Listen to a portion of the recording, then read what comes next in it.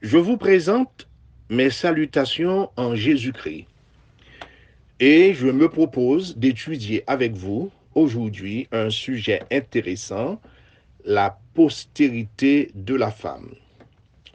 Nous allons essayer de trouver un élément de réponse à cette question qui est la postérité de la femme. Et nous allons ensemble décortiquer ce texte, Genèse 3, le verset 15, pour pouvoir répondre valablement à cette question. Nous vous invitons à prendre votre cahier pour noter le titre de l'enseignement, la postérité de la femme. Il faut bien le consigner dans votre cahier. Et nous vous invitons aussi à prendre votre Bible pour la lecture de la parole de Dieu. Il est dit ici, et nous lisons, « Je mettrai inimitié entre toi et la femme, entre ta postérité et sa postérité. Celle-ci t'écrasera la tête et tu lui blesseras le talon. » Pour une meilleure compréhension de ce texte, nous allons mettre l'emphase sur plusieurs expressions de ce texte. Nous allons mettre l'emphase sur inimitié. Nous mettrons l'accent sur entre toi et la femme. Nous analyserons ensemble entre ta postérité et sa postérité. Nous mettrons l'accent sur celle-ci t'écrasera la tête. Et nous allons aussi mettre l'emphase sur la dernière partie du texte, et tu lui blesseras le talon. Le premier mot qui nous intéresse, c'est le substantif inimitié. Nous allons étudier l'origine hébraïque de ce mot pour mieux le comprendre. Et nous lisons que inimitié vient de l'hébreu eiba, et eiba signifie inimitié ou encore haine. Eiba, ça s'écrit E-Y-B-A-H, eiba, inimitié ou encore haine. Donc, le texte peut être lu d'une autre façon. Je mettrai inimitié ou je mettrai de la haine entre toi et la femme, entre ta postérité et sa postérité. Celle-ci t'écrasera la tête et tu lui blesseras le talon. Nous allons maintenant analyser les différentes expressions de ce texte pour mieux le comprendre. Nous allons analyser premièrement l'expression « entre toi et la femme ». Nous sommes intéressés à deux mots de ce texte, c'est « toi » et « femme ». Et nous nous posons cette question, à qui « toi » fait référence dans ce texte et à qui « femme » fait référence dans ce texte. Nous savons très bien qu'il s'agissait d'un dialogue entre le serpent et la femme, et nous pouvons répondre rapidement à cette question. Le 3 fait référence au serpent et Ève et femme fait référence à Ève. Mais nous allons un peu plus loin dans notre explication et nous allons à travers d'autres textes de la Bible pour mieux comprendre. Je mettrai de la haine entre toi et la femme. Le 3 ici, puisqu'il y avait un dialogue, il s'agissait d'un dialogue entre le serpent et Ève, donc le 3 fait référence au serpent, mais il y a un personnage qui se dissimule derrière ce 3, il y a un personnage qui se cache derrière ce 3, et nous voulons bien comprendre de qui il s'agit. Nous allons vous inviter à lire avec nous Apocalypse chapitre 12, le verset 9, pour pouvoir répondre à cette question. Quel est le personnage qui se dissimule derrière le 3 de Genèse 3, le verset 15? Dans Apocalypse 12, le verset 9, nous lisons « Et il fut précipité le grand dragon, le serpent ancien, appelé le diable et Satan, celui qui séduit toute la terre. Il fut précipité sur la terre et ses anges furent précipités avec lui. Ici, il est question d'un grand dragon, mais il est aussi dit dans ce texte, le grand dragon, c'est le serpent ancien. Et le serpent ancien, justement, fait référence au serpent dont il est question dans Genèse 3, le verset 15. Et ce serpent ancien est encore appelé le diable et Satan. Conclusion. Quand il est dit ici, dans Genèse 3, le verset 15, « Je mettrai inimitié entre toi et la femme », eh bien, on peut lire autrement, « Je mettrai inimitié entre Satan et Ève ». Je mettrai inimitié entre le diable et Ève. Donc, le 3 fait référence à Satan. Le 3 de Genèse 3, le verset 15, fait référence au diable. Je mettrai inimitié entre le diable et Ève, parce qu'il s'agissait d'un dialogue. Initialement, il s'agissait d'un dialogue entre le serpent et la femme. Il s'agissait d'un dialogue entre Satan et Ève. Alors, il fut précipité le grand dragon, le serpent ancien appelé le diable, et Satan, celui qui séduit toute la terre. Il fut précipité sur la terre, et ses anges furent précipités avec lui. Donc, nous avons abordé la première partie du texte. Nous avons bien compris qu'il y a de la haine, qu'il doit y avoir de la haine entre le serpent et Ève. Autrement dit, il doit y avoir de la haine entre Satan et la femme, mais ça ne doit pas s'arrêter là. Il doit aussi avoir de la haine entre ta postérité et sa postérité.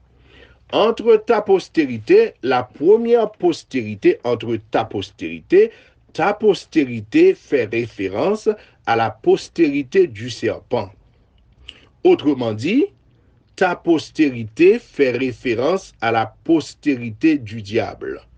Ta postérité fait référence à la postérité de Satan. Et sa postérité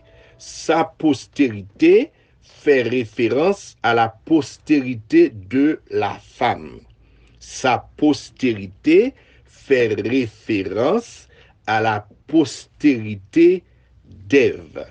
Alors, maintenant, nous allons essayer de répondre à ces deux questions. Qui est la postérité du diable et qui est la postérité de la femme? Nous allons avancer dans l'étude d'autres textes pour pouvoir répondre à ces deux questions. La première question à laquelle nous cherchons à adresser un élément de réponse. Qui est la postérité du serpent? Nous vous invitons à lire avec nous Jean chapitre 8, le verset 44. Nous allons dans le livre de Jean, au chapitre 8, le verset 44. Et nous lisons ici. Vous avez pour père le diable, et vous voulez accomplir les désirs de votre père. Il a été meurtrier dès le commencement, et il ne se tient pas dans la vérité, parce qu'il n'y a pas de vérité en lui. Lorsqu'il profère le mensonge, il parle de son propre fond, car il est menteur et le père du mensonge. Ici, nous cherchons à répondre à cette question, qui est la postérité du serpent? Eh bien, la réponse est donnée dans ce passage. Vous avez pour père le diable. Conclusion, le diable a une postérité. Le diable a des enfants. Le diable est père. Vous avez pour père le diable. Maintenant, question. Qui sont les enfants du diable? Comment identifier les enfants du diable? Qui est la postérité du serpent? La réponse à cette question est clairement explicitée dans ce texte. Jean 8, 44. Vous avez pour père le diable. Comment identifier ces gens? Eh bien, ce sont ceux qui se proposent, qui veulent accomplir les désirs de Satan. Et vous voulez accomplir les désirs de votre Père. Donc, ceux qui accomplissent les désirs de Satan, ceux qui accomplissent les désirs du diable, ont Satan pour père. Vous avez pour père le diable. Et vous voulez accomplir les désirs de votre père. Donc, Satan a une postérité. La postérité du serpent, c'est la postérité du diable. La postérité du serpent, c'est la postérité de Satan. Et la postérité de Satan est constituée des hommes et des femmes qui se proposent d'accomplir sa volonté. Vous voulez accomplir les désirs de votre père. Satan a donc des enfants, mes chers amis. Il a été meurtrier dès le commencement, Satan, et il ne se tient pas dans la vérité. Conclusion, les enfants de Satan, ce sont ceux qui ne se tiennent pas dans la vérité. Les enfants de Satan n'ont pas de vérité en eux. Les enfants de Satan profèrent le mensonge de leur propre fond. Les enfants de Satan sont des menteurs parce que leur père est un menteur. Donc, nous avons bien identifié à travers ce texte les enfants du diable ou encore la postérité du serpent. La postérité du serpent, ce n'est pas un ensemble de petits serpents, mais la postérité du serpent fait référence aux enfants du diable, aux enfants de Satan. Maintenant, nous allons chercher à répondre à une autre question. Qui est la postérité de la femme? Et c'est ce qui nous intéresse surtout. Qui est la postérité de la femme? Nous vous invitons à lire avec nous dans Genèse chapitre 12, le verset 1er, pour pouvoir répondre valablement à cette question. Dans Genèse 12, le verset 1er, il est dit, l'Éternel dit à Abraham, va-t'en de ton pays, de ta patrie et de la maison de ton père, dans le pays que je te montrerai.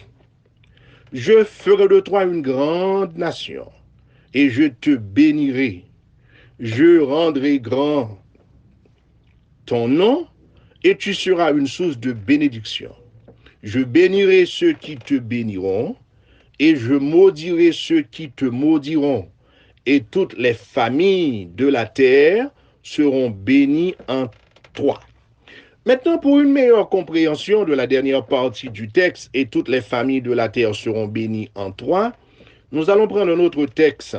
Nous allons vous inviter à lire avec nous Genèse chapitre 22, le verset 18.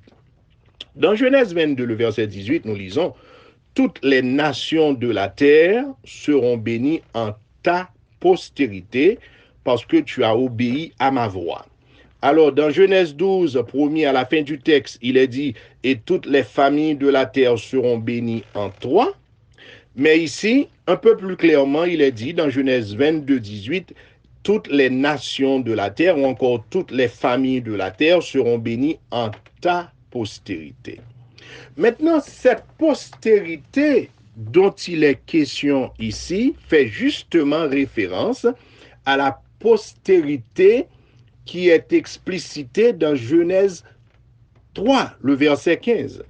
Je mettrai inimitié entre toi et la femme, entre ta postérité et sa postérité. Entre ta postérité, c'est-à-dire la postérité du serpent, ou encore la postérité du diable, c'est-à-dire les enfants du diable, les hommes et les femmes qui veulent accomplir ou qui accomplissent la volonté du diable. Donc, ta postérité fait référence à ce groupe d'hommes et de femmes qui ne connaissent pas Dieu, qui n'offrent pas à Dieu un service qui lui est agréable. Maintenant, nous cherchons à répondre à l'autre question. Qui est la postérité de la femme? Dans Genèse 12, premier, nous lisons « Et toutes les familles de la terre seront bénies en toi ». Dans Genèse 22, 18, nous lisons « Toutes les nations de la terre seront bénies en ta postérité ». Donc, qui est la postérité de la femme? Il y a une référence qui est faite dans Genèse 3, le verset 15. Cette référence est encore vue dans Genèse 12, verset 1er, puisque Genèse 3, 15 fait référence à Genèse 12, 1er, ou encore Genèse 12, 1er fait référence à Genèse 3, 15, et Genèse 22, 18 fait référence aussi à Genèse 3, le verset 15. Donc, il s'agit ici de la même postérité. Quand nous lisons dans Genèse 12, verset 1er, toutes les familles de la terre seront bénies en toi, ou encore toutes les familles de la terre seront bénies en ta postérité, de quelle postérité s'agit-il? Mes chers amis, il s'agit de la postérité que nous avons vue dans Genèse 3, le verset 15. Et quand nous lisons dans Genèse 22, le verset 18, toutes les nations de la terre seront bénies en ta postérité. De quelle postérité s'agit-il? Il s'agit justement de la postérité qui est indiquée dans Genèse 3, le verset 15. Et maintenant, nous cherchons à adresser un élément de réponse à notre question. Qui est la postérité de la femme? Eh bien, nous trouvons une réponse à cette question à travers la révélation que Dieu a accordée à notre bien-aimé apôtre Paul. Et nous vous invitons à lire avec nous dans Genèse chapitre 3, le verset 16, pour trouver la réponse à cette question. Il est dit ici, dans Genèse chapitre 3, le verset 16, « Or, les promesses ont été faites à Abraham et à sa postérité. » Écoutez bien, mes chers amis. « Or, les promesses ont été faites à Abraham et à sa postérité. » Faisons référence rapidement à Genèse 12, le verset 1er. Ici, l'Éternel dit à Abraham. Donc, Abraham sera changé un peu plus tard en Abraham. Le nom Abraham sera changé un peu plus tard en Abraham. Donc, Dieu s'adressait à Abraham dans Genèse chapitre 12, le verset 1er. Il vivait en Ur, en Chaldée, et Dieu lui a dit, « Va-t'en de ton pays, de ta patrie et de la maison de ton père, dans le pays que je te montrerai. je ferai de toi une grande nation et je te bénirai. Je rendrai ton nom grand et tu seras une source de bénédiction.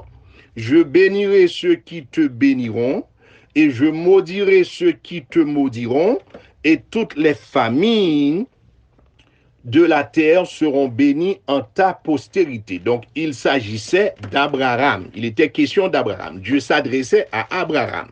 Et quand il est dit dans Genèse 22, 18, toutes les nations de la terre seront bénies en ta postérité, eh bien, il s'agissait encore d'Abraham. C'est-à-dire, la postérité dont il est question dans Genèse 3, chapitre 15, fait référence à la postérité dont il est question dans Genèse 12, le verset 1er, et c'est la même postérité qui est mentionnée dans Genèse 22, le verset 18. Autrement dit, la postérité d'Ève, c'est la postérité d'Abraham, la postérité d'Abraham, c'est la postérité d'Ève, dans l'esprit de ce texte.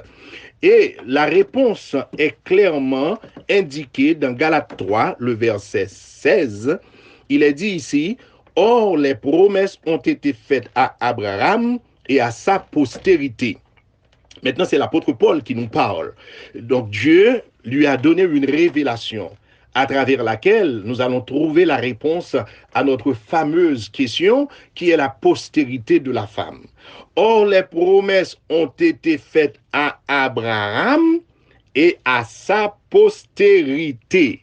Donc, la postérité de Paul est en train de nous aider à comprendre qui est la postérité de la femme. Or, les promesses ont été faites à Abraham et à sa postérité. Et Paul continue et nous dit, il n'est pas dit et aux postérités comme s'il s'agissait de plusieurs, mais en tant qu'il s'agit d'une seule, et à ta postérité, c'est-à-dire à Christ. Mes chers amis, c'est clair. La postérité de la femme. Nous avons donc la réponse à notre question. Nous avons trouvé un élément de réponse à notre question. La postérité de la femme, c'est Jésus. Or, les promesses ont été faites à Abraham et à sa postérité. Et Paul nous dit un peu plus bas, c'est-à-dire à Christ. Donc la postérité d'Abraham, c'est Christ. Et si nous remontons un peu plus haut dans Genèse 3, le verset 15, la postérité de la femme, ou encore la postérité d'Ève, c'est Christ. Et Paul, l'apôtre Paul nous apporte une certaine précision. Et il a dit, il n'est pas dit et aux postérités. Je voudrais attirer votre attention sur le fait que dans ce texte, O s'écrit A-U-X, donc c'est la marque du pluriel, et postérité s'écrit avec un S, c'est la marque du pluriel. Paul nous a dit qu'il ne s'agissait pas de plusieurs postérités, comme il s'agissait de plusieurs, mais en tant qu'il s'agit d'une seule, une seule postérité, et à ta postérité, c'est-à-dire à Christ. Donc la postérité de la femme, c'est Christ. Maintenant, quelle est la responsabilité de cette postérité? Je mettrai une inimitié entre toi et la femme. Il y aura de la haine entre toi et la femme, entre ta postérité et sa postérité. Celle-ci, la postérité de la femme, t'écrasera la tête et tu lui blesseras le talon. Allons un peu plus loin, rapidement. Ici, nous lisons dans 1 Corinthiens 15, versets 45 et 47. C'est pourquoi il est dit, le premier homme, Adam, devint une âme vivante. Le dernier Adam est devenu un esprit vivifiant. Je voudrais attirer votre attention sur le fait que ici, il n'est pas dit le deuxième Adam, mais il a dit le premier homme, Adam, devient une âme vivante.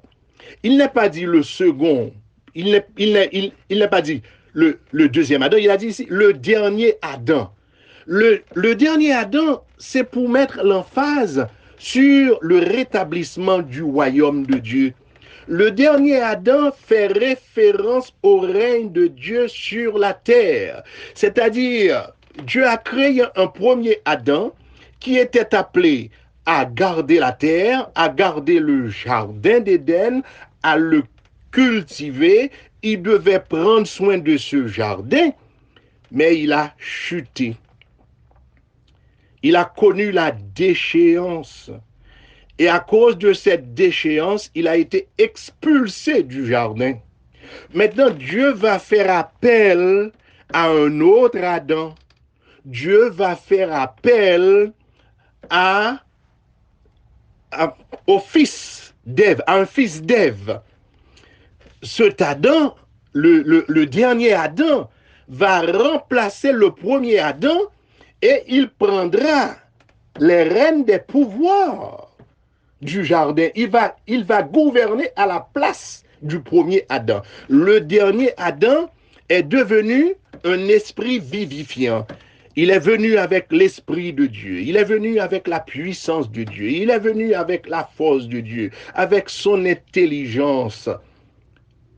Et le premier Adam, le verset 47, tiré de la terre est terrestre. Mais le second Adam, ou encore le dernier Adam, le second homme, le dernier Adam, est du ciel. C'est-à-dire, il va remplir la fonction de Dieu sur la terre. Il détient une certaine autorité de son Père qui est au ciel.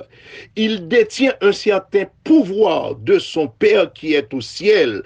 Il viendra sur la terre pour jouer le rôle du premier Adam qui a chuté par sa désobéissance.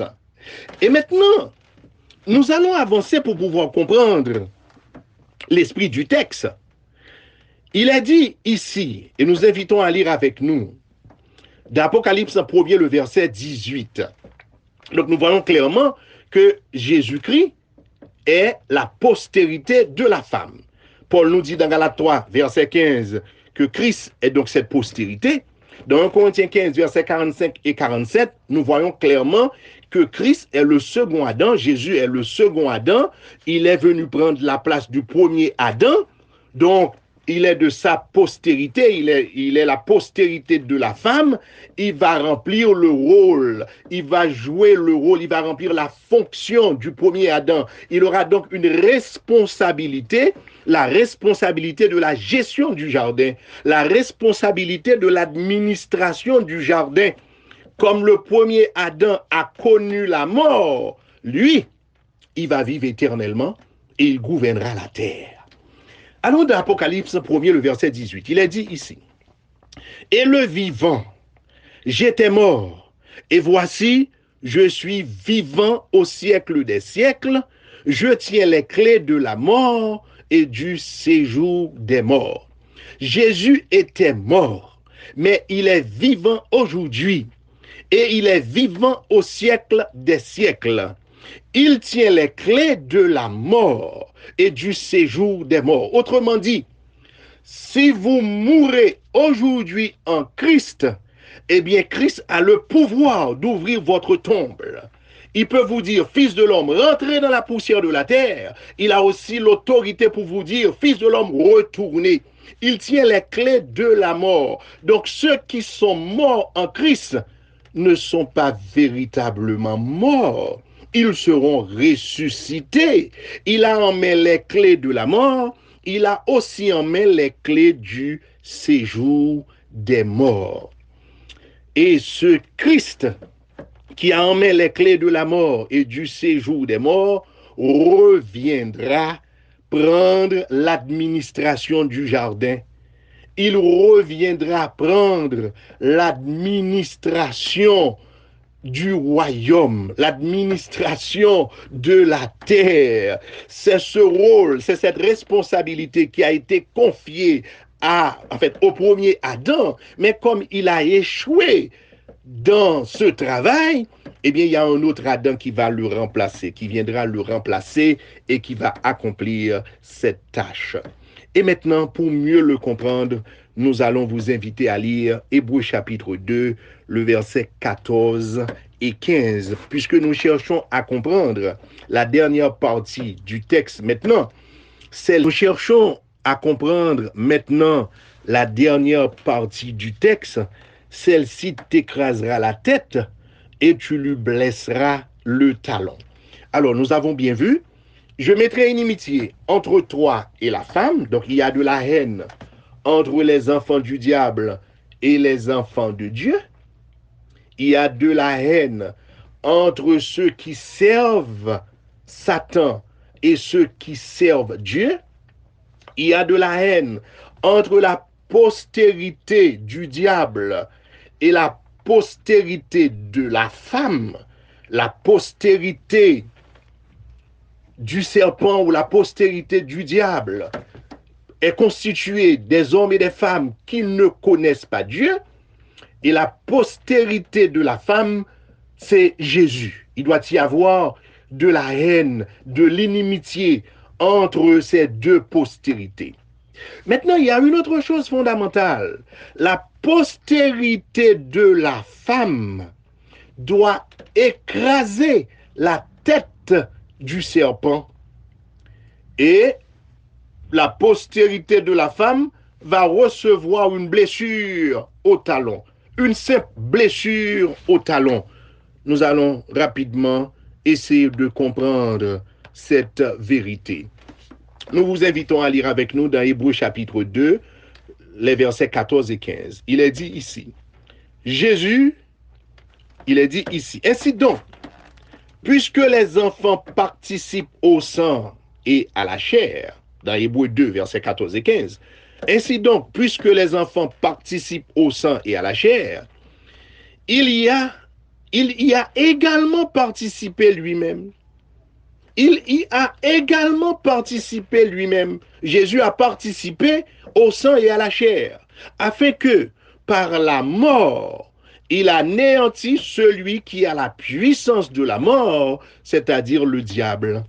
Jésus a anéanti par sa mort celui qui a la puissance de la mort, c'est-à-dire le diable, et qu'il délivra tous ceux qui, par crainte de la mort, étaient toute leur vie retenus dans la servitude. Donc, Genèse 3,15 nous dit, celle-ci t'écrasera la tête. Comment Jésus a-t-il écrasé la tête du serpent? Eh bien, nous trouvons la réponse à cette question dans Hébreux 2, les versets 14 et 15. Il est dit, afin que par la mort, autrement dit, afin que par sa mort, afin que par la mort de Jésus, il anéantit celui qui a la puissance de la mort, c'est-à-dire le diable. Donc, par sa mort, Jésus a détruit le diable. Par sa mort, Jésus a anéanti le diable qui a la puissance de la mort. Par sa mort, il a anéanti celui qui a la puissance de la mort, c'est-à-dire le diable. Donc, Jésus a connu la mort, il a été tué par Satan, mais il est ressuscité parce qu'il a dit, j'étais mort. Et voici, je suis vivant au siècle des siècles. Je tiens les clés de la mort et du séjour des morts. Donc, Jésus n'a reçu qu'une simple blessure au talon, alors que lui, il a détruit Satan. Il est la postérité de la femme. Jésus est la postérité d'Ève. Il est venu remplir le rôle du premier Adam, qui était appelé à gouverner la terre, qui était appelé à administrer le jardin d'Éden, qui était appelé à assurer la bonne gestion du jardin d'Éden. Mais il a échoué, il a chuté, il est tombé dans la déchéance. Cet Adam a été remplacé par un autre Adam qui, lui, est le dernier Adam. C'est Jésus, la postérité de la femme, la postérité d'Ève. Il reviendra sur la terre en chair et en os pour gouverner cette terre, pour prendre l'administration de la terre. Le premier Adam avait une responsabilité. Le premier Adam devait diriger le jardin, il devait le cultiver, il devait le gérer, il devait l'administrer, mais il a échoué, comme il est dit dans la Bible, comme par un seul homme. Le péché est entré dans le monde, et par le péché la mort. Et c'est qu'ainsi la mort s'est étendue sur tous les hommes, parce que tous ont péché et sont privés de la gloire de Dieu. Maintenant, Jésus reviendra.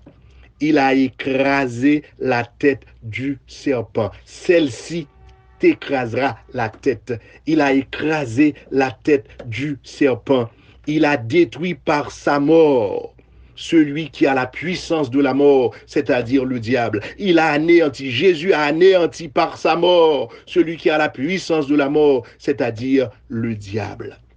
Et Jésus a délivré tous ceux qui, par crainte de la mort, étaient toute leur vie retenus dans la servitude. Et il viendra prendre les rênes des pouvoirs du monde. Mes chers amis, nous avons la réponse à notre question. Qui est la postérité de la femme?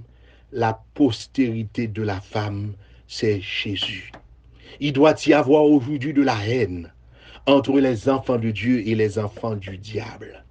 Il doit y avoir aujourd'hui de la haine entre eux qui servent Dieu et ceux qui ne servent pas Dieu, qui ne le servent pas.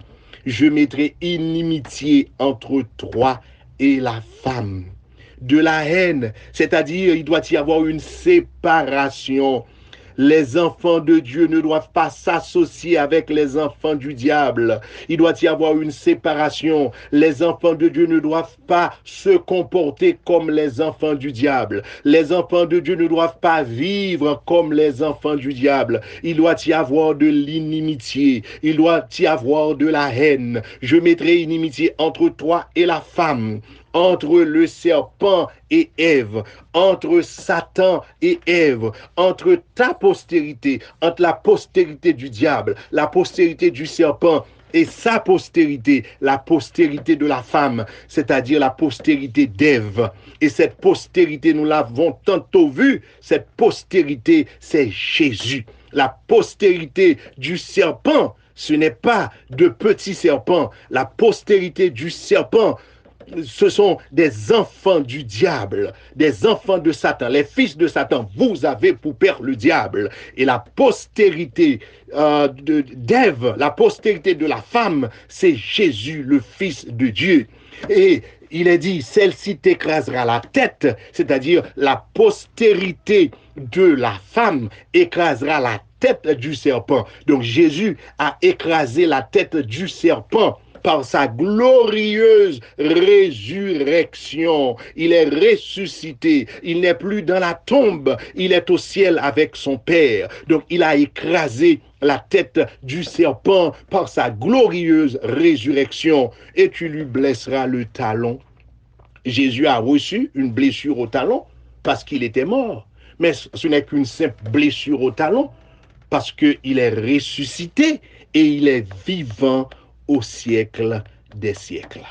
Et en tant que postérité de la femme, il reviendra sur la terre pour assurer la gestion du jardin d'Éden, l'administration du jardin d'Éden, l'administration de ce grand paradis terrestre. La postérité de la femme, c'est Jésus qui revient prendre les rênes des pouvoirs du monde. Voilà, mes chers amis, nous avons répondu à notre question qui est la postérité de la femme. La postérité de la femme, c'est Jésus. C'est lui qui viendra remplir le rôle du premier Adam. Et il a écrasé la tête du serpent et il viendra pour gouverner la terre à la place du premier Adam. Mes chers amis, nous espérons que Dieu vous a bénis à travers ces explications et nous espérons vous retrouver la plus prochaine fois pour une autre étude. Que la paix de Dieu soit avec vous. Amen. Alléluia.